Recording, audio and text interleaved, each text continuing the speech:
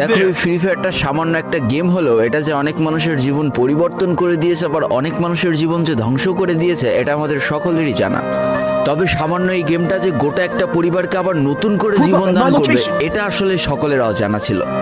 হ্যাঁ বন্ধুরা, আজকের গল্পটি এমনই একটা পরিবারকে নিয়ে যারা এই ফ্রি ফায়ার গেমটাকে একেবারেই সহ্য করতে পারতো না, বরং তাদের সন্তান যখন এই গেমটা খেলতো তারা আরো উল্টো বকাবকি করতো।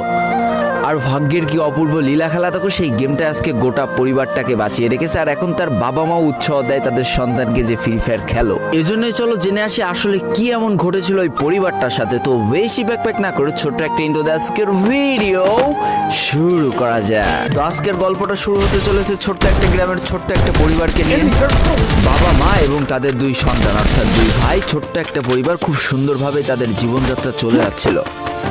বড় ভাই একটা কোম্পানিতে লেবারের চাকরি করে, বাবা কৃষি কাজ করে, আর তাদের ছোট সন্তান অর্থাৎ ছোট ছেলে কিন্তু ক্লাস 8-এ পড়াশোনা করে। দারিদ্রতার বেড়াজালে আটকে পড়া পরিবারকে সাপোর্ট দেওয়ার জন্য তাদের বড় ভাইকে খুব অল্প বয়সে কাজে চলে যেতে হয়েছে। এই জন্য বড় ভাইয়ের পড়াশোনাটা ঠিকমতো হয়ে ওঠেনি। তবে বাবা মার একটাই স্বপ্ন ছিল যে তাদের ছোট সন্তান অর্থাৎ ছোট ছেলে যাতে উচ্চশিক্ষায় শিক্ষিত হয়। এই জন্য বাবা কৃষিকাজ করলেও সারাদিন মাঠে তুমুল কষ্ট করে এসে বাসায় যখন এসে দেখতো তাদের ছোট সন্তান পড়াশোনা করতেছে, সমস্ত কষ্ট এক চান্সে দূর হয়ে যেত। আর তাদের ছোট সন্তান পরিবারে অভাব দেখতে দেখতে বড় হচ্ছে, তো তাই সে একটা সময় ঠিক করেই ফেলে যে তাকে অনেক বড় হতে হবে, লেখাপড়া করে অনেক বড় মানুষের মতো মানুষ হতে হবে। আর ঠিক এমনটাই হতে থাকে। তাদের ছোট ছেলে খুব ভালো রেজাল্টও করতে থাকে, প্রত্যেক ক্লাসে টপ হতেও থাকে। তবে তার একটা বদ অভ্যাস ছিল, সেটা হচ্ছে ফ্রি ফায়ার গেম খেলা। করোনা চলার সময় যখন তার স্কুল বন্ধ হয়ে যায়, তখন তার বাবা এবং বড় ভাইয়ের জমানো কিছু টাকা দিয়ে তাকে একটা ফোন কিনে দেওয়া হয় অনলাইনে ক্লাস করার জন্য।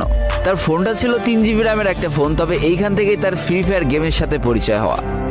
সারাদিন পড়াশোনার ফাঁকে সময় পেলেই সে ফ্রি ফায়ার গেম নিয়ে বসে পড়তো। আগে যেমন বাইরে খেলাধুলা করতো, এখন সে আর বাইরে খেলাধুলা করে না, ঘরে বসে সারাদিন ফোন টিপে আর ফোনে গেম খেলে। এদিকে তার বাবা মা যখন ফ্রি ফায়ার গেম খেলা দেখতো তখন প্রচণ্ড পরিমাণ রেগে যেত, এমনকি মারধর পর্যন্ত করতো যে তুই এই গেম খেলা বাদ দিয়ে দে। তবে তাদের ছোট ছেলে যতই বাবা মার বাধ্য সন্তান হোক না কেন, ফ্রি ফায়ার গেমটা ছাড়তে সে একেবারেই নারাজ।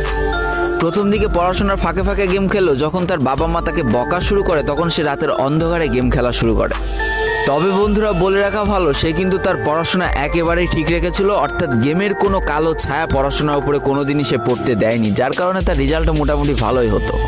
এতদিন পর্যন্ত পরিবারের সবকিছু ঠিকঠাকই ছিল, এবার আস্তে আস্তে পরিবারটা একটু একটু করে ভাঙতে শুরু করবে। পরিবারের সকলের সম্মতিতে পরিবারের বড় ছেলের সাথে পাশের গ্রামের একটা মেয়ের বিবাহ সম্পন্ন করা হয়। আর যেন বিবাহের কয়েক মাস যেতে না যেতে বড় ভাইয়ের পরিবর্তন লক্ষ্য করতে শুরু করা যায়। এতদিন ছোট ভাইয়ের পড়াশোনা খরচ বড় ভাই আর বাবা মিলে চালিয়ে আসলো, এখন আর বড় ভাই